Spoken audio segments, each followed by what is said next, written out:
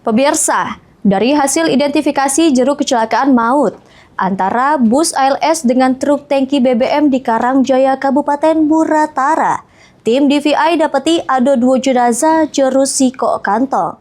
Sehingga total jumlah korban meninggal dunia jadi 18 wong.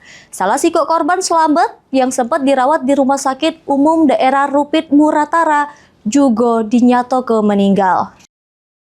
2 hari untuk mendapatkan informasi dari apa yang dilakukan korban laka bus ALS dan truk tangki di daerah Muratara, juga seluruh jajaran. Sesudem tim DVI Bidokes Polda Sumsel sama DVI Pusdokes Mabes Polri melakukan pemeriksaan jenazah kecelakaan maut antara bus ALS dengan truk tangki di Karangjaya, Kabupaten Muratara. Jumlah korban jadi bertambah.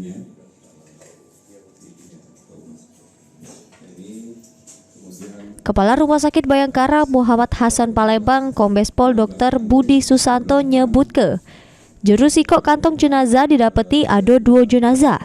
Kemudian salah sikok korban selamat yang sempat dirawat di Rumah Sakit Umum Daerah Rupit Muratara dinyatakan meninggal pada Jumat. Sehingga total jumlah korban meninggal jadi 18 wong jero insiden kecelakaan maut tersebut.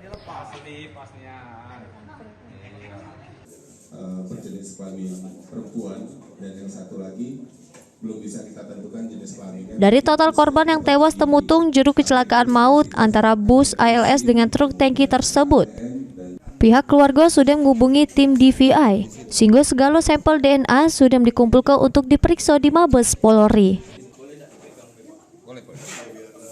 Untuk meninggal total berarti dengan kantong jenazah kita dapatkan 17 plus 1 yang barusan. Cuman ya itu rekan-rekan saya sampaikan yang meninggal di Muratara itu